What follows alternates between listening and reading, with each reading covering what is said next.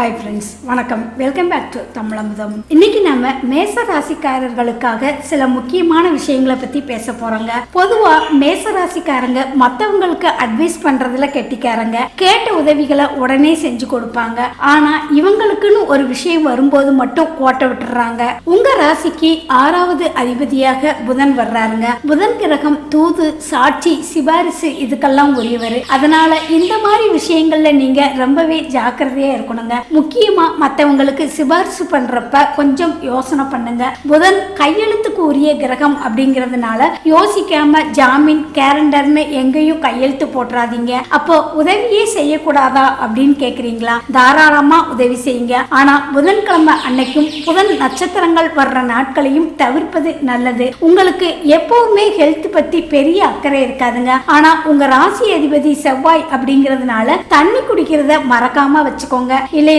சிறுநீரகத்தில் பிரச்சனை வரலாம். தேவையில்லாம மனசை போட்டு குழப்பிக்கிட்டே இருக்கிறதுனால ரத்த அழுத்தம் அதிகமாகி கண்ணுக்கு தொந்தரவு ஏற்படலாம். அதனால அதிக காரம் எடுத்துக்காதீங்க. வயிற்று பிரச்சனைகளும் உங்களுக்கு வர வாய்ப்பு இருக்குங்க. பொதுவா மேசராசிக்காரங்க கடன் வாங்கினா கட்ட முடியுமா அப்படின்னு பார்த்து தாங்க வாங்கணும். முக்கியமா நிலம், வீடு, சொத்து வாங்கும் போது ரொம்பவே உஷாரா இருக்கணும். ஏன்னா பூமிக்காரரான செவ்வாய்க்கும் உங்க 6ஆம் அதிபதியான புதனுக்கும் பகை இருக்குங்க. அதனால கவனமா இல்லைன்னா ஒரு சொத்தை வாங்கி கடன் கட்ட முடியாம வித்துட்டு வேறு ஒரு சொத்து வாங்குற நிலைமை கூட உருவாகலாம். உங்க பாக்கியாதிபதி குரு அப்படிங்கிறதுனால தங்கத்தை வச்சு கடன் வாங்கினா சீக்கிரமா அடைச்சிருவீங்க. சொத்துக்களும் பெருகுங்க. ஆபத்து நேரத்துல கூட அநியாய வட்டிக்கு பணம் வாங்காதீங்க. காசோலையில் முன்னாடியே கையெழுத்து போட்டு வைக்காதீங்க. மற்றவங்களுக்கு கடன் வாங்கி கொடுத்து நீங்க சிக்கல்ல மாட்டிக்காதீங்க.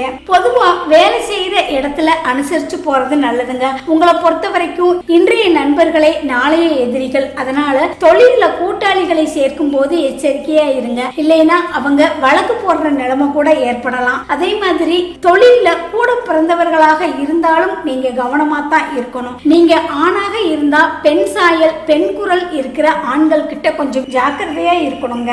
அதுவே பெண்ணாக இருந்தால் ஆண் சாயல், ஆண் குரல் இருக்கிற பெண்களிடம் கொஞ்சம் ஜாக்கிரதையா இருக்கணும். அவங்க தான் உங்களை பிரச்சனையில சிக்க வைப்பாங்க.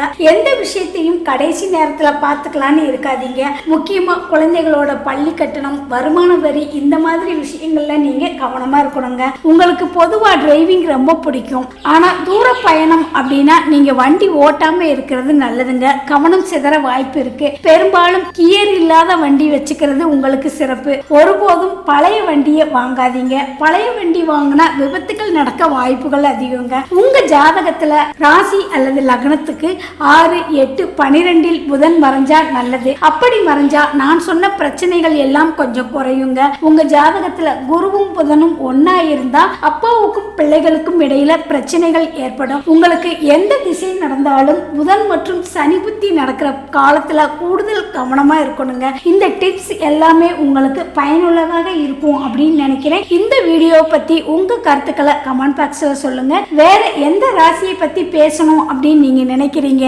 அப்படின்னு மறக்காம கமெண்ட் பாக்ஸ்ல சொல்லுங்க.